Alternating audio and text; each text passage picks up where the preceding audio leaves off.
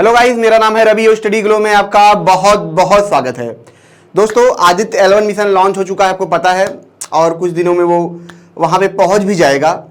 लेकिन उसमें 7 पेलोड लगे थे, जिसमें जो सबसे अहम पेलोड है उसका नाम क्या है? वेल्क। जी हाँ दोस्तों, वेल्क के बारे में बहुत ज़्यादा बातें हो रही हैं, क्योंकि ये क्या करेगा, लगभग हर दिन हमें 1550 इमेजेस खींच के देगा। लेकिन इमेजेस खींचेगा किसका? दोस्तों, ये जो इमेजेस लेगा वो लेगा सूरज के कोरोना का। सूरज के कोरोना का आखिर वो इतना इंपॉर्टेंट क्यों है?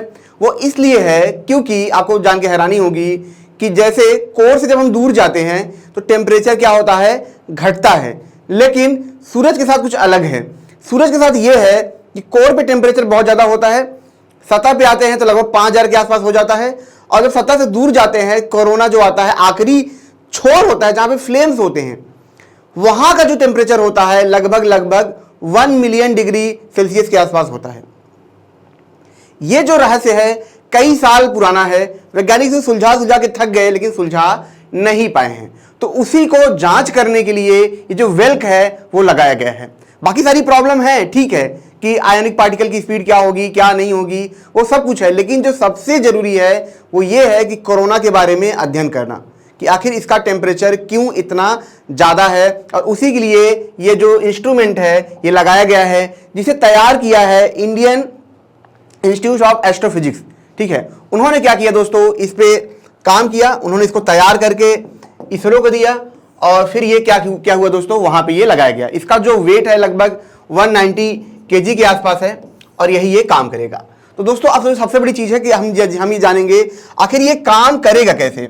देखिए, सबसे पहले मैं आपको ये बता दूं यहाँ पे कि जो कोरोना होता है, यहाँ पे आप देखेंगे जो कोरोना होता है जब ग्रहण लगता है तब आप देखेंगे ये हमें बहुत ही आसानी से यहाँ पे जो फ्लेम्स हैं ये दिखाई देते हैं।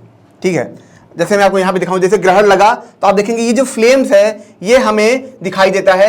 अदरवाइज क्या होता है कि जब ये ग्रहण नहीं लगता है, आप सूरज को देखेंगे तो ये फ्लेम्स आपको बहुत आसानी से दिखाई देते नहीं है। ठीक है, जो आपको फोटोस्फीयर है आपको वो दिखाई देता है, लेकिन जब ग्रहण लगेगा तो ये जो फ्लेम्स है दिखाई देते हैं, और यही कोरोना होते हैं। और इन्हीं का जो टेम्परेचर होता है लगभग 1 मिलियन डिग्री सेल्सियस के आसपास होता है।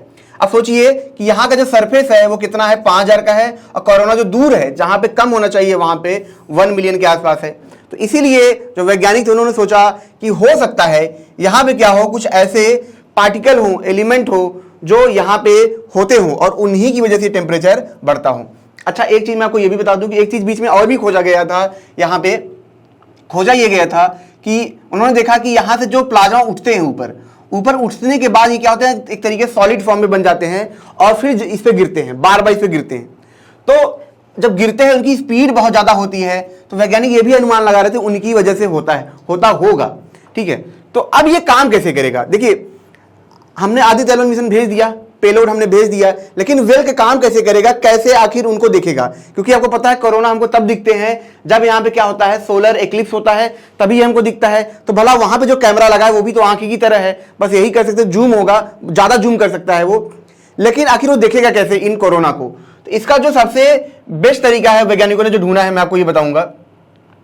सबसे पहले दोस्तों होता यह है कि जब भी क्या होता है कि कोई इमेजेस आता है, मान लीजिए इमेज आ रहा है, तो हम क्या करते हैं, एक यहाँ पे लेंस लगाते हैं। लेंस क्या करता है, इसको क्या करता है, कन्वर्ज करता है, इस इमेज को हम क्या करते हैं, ले लेते हैं। ये होता है पूरा। अब अगर हमें जानना है कि वहां पे कोई एलिमेंट है तो क्या होगा, इस इमेज को क्या करेंगे, हम एक प्रिज्म में भी गुजार देंगे।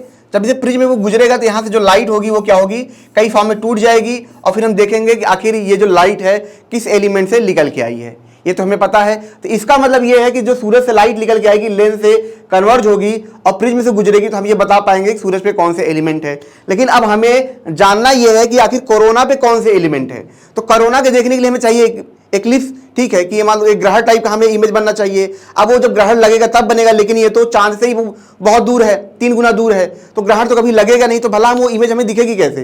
तो यहाँ पे दोस्तों इन्होंने ट्रिक्स क्या लगाया है कि जैसे ही यहाँ पे जो इमेज आएगा, बीच में इन्होंने क्या किया है दोस्तों, यहाँ पे एक छोटा सा और टुकड़ा लेंस लगा दिया है, जो क्या करेगा, लाइट को यहाँ से क्या करेगा, रोक लेगा।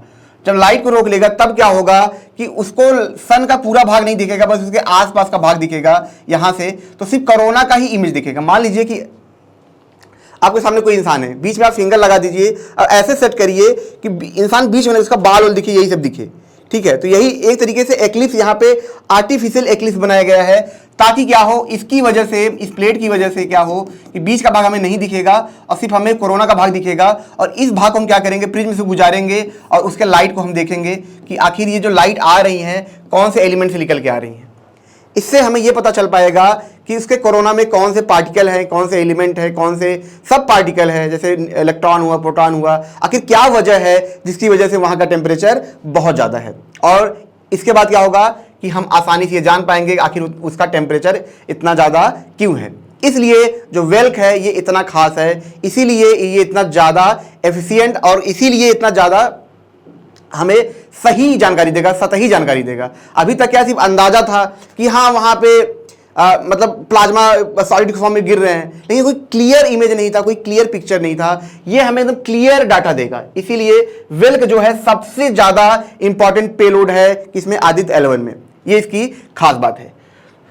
तो दोस्तों अगर ये लेक्चर आपको अच्छा लगा हो तो इसे लाइक करें, कमेंट करें, शेयर जरूर करें। और जैसा कि मैंने बताया कि हमारा एक फ्लो का कोर्स है, इस कोर्स में दोस्तों आपकी जो एफिशिएंसी है पढ़ाई को लेके, हमें हर कोई ये बोलता है कि आप 10 घंटे पढ़ो, लेकिन हम 10 घंटे कैसे पढ़े ये मैं कोई नहीं बताता।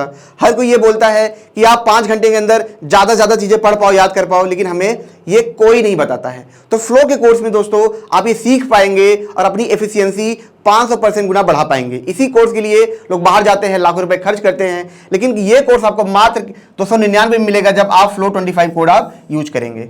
मिलते हैं नेक्स्ट लेक्चर में। Thank you so much.